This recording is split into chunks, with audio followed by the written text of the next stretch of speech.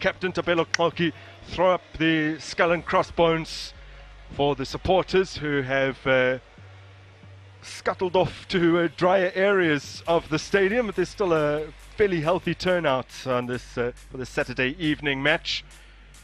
There is a lot of intrigue around this particular matchup, with Arrows having the opportunity tonight to burst into the top 8.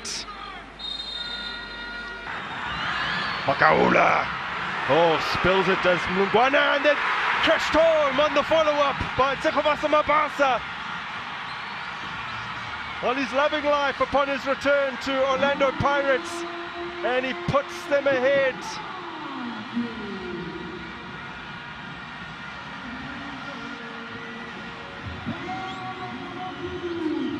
Probably one of the easiest goals that he's been able to score, Mabasa.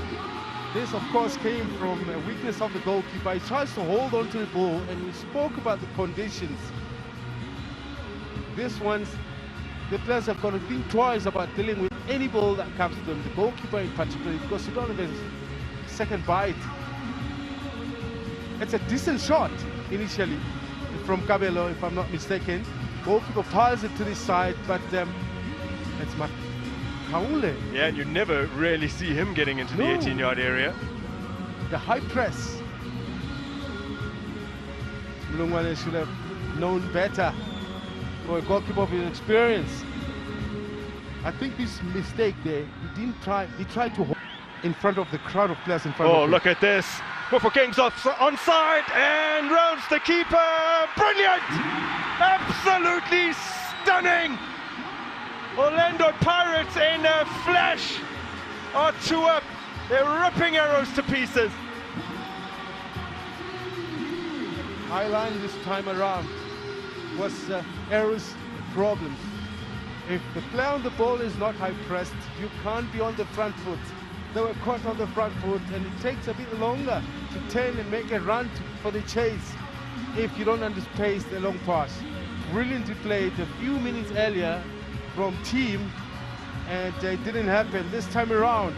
Quality from the youngster, very composed, I think was what happened.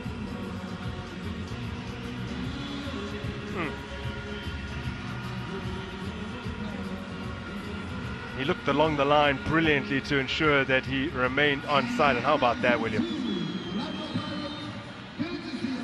I mean, when he took Azuke with the other 10, I thought, oh, don't do that, don't test faith here. But of course, he remained a composed. Still breaks here for Dlamini, slots it away for 3.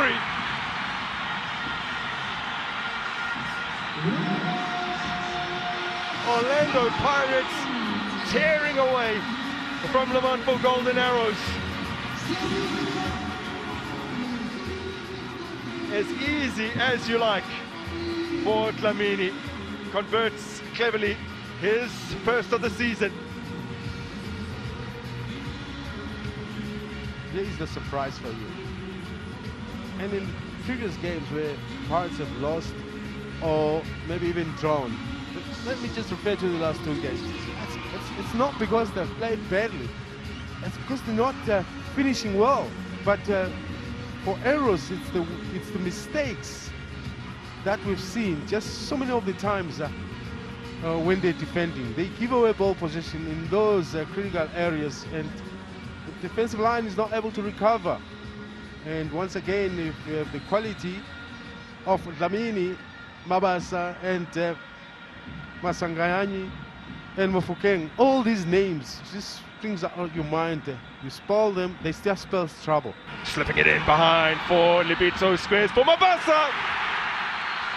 Rolls home his second of the match. Pirates 4, Le Mans full, GoldenArrows 0. Yeah, we're talking about Grace. Scott Fred, that is Scott Grace. His start is in great fashion. For me, it's how he attacked that line, that 6-yard box there, which is where I think Arrows failed themselves. If anybody breaks on the wide area, it's more likely to turn that ball into the inside of the box. So you try to mend that error, but the speed with which Pirates did it might have been the problem for Arrows to be able to recover. quality. He misses the easiest chance in the penalty shoot, and then he comes and scores a very difficult one. But he's a quality striker. His finishing is absolutely unbelievable.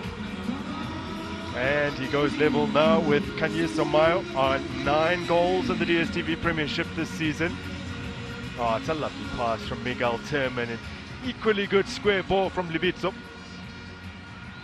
Now, this is where you see a bit of Libito using his speed going forward. And I'm just trying to look, is he still playing as a right fullback? How does he find himself? The natural ability to go on the front foot into the attack, even as a defender. That's what helps him. You see the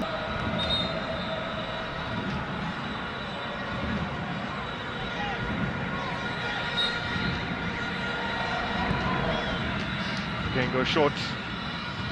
Dlamini, lovely ball. That is gorgeous to find Mtetwa and to take the scoreline to 5-0.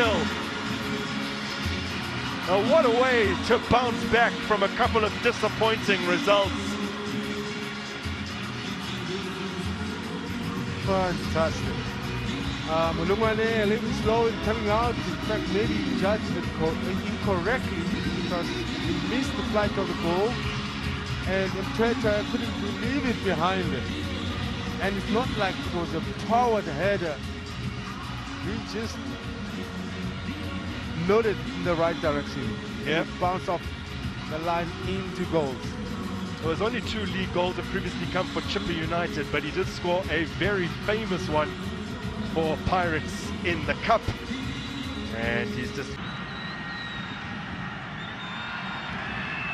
Oh! It'll be a mere consolation. But Lamontville Golden Arrows do manage to pull one back. It's a really neat finish in the end. That flies past Mpunsani. Ngusen. Yeah. He's a goal scorer of note, eh? He doesn't get too many chances to start, but when he does, somehow, you know, he doesn't get given the chances. I'm trying to think now. If he gets given that chance, I remember, was it this David that he scored 2? I mean... Yeah, and came off the bench as well against Spurs to do so. Yeah. Well, one to Sabia as Mabasa immediately restores the 5-goal advantage, and that's his hat-trick.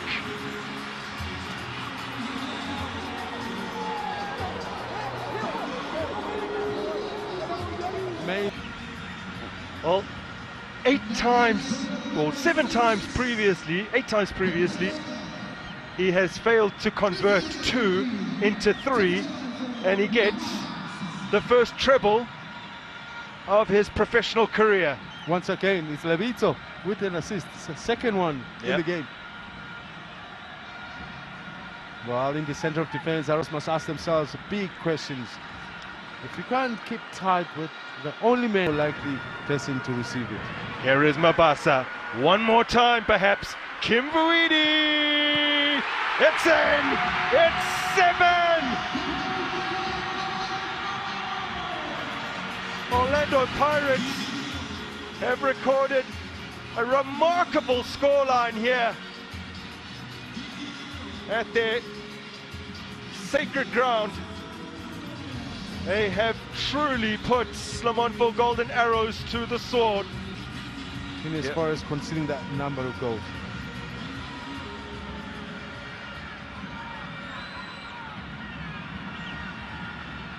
Well, it's a horrible day out for Lamontville Golden Arrows.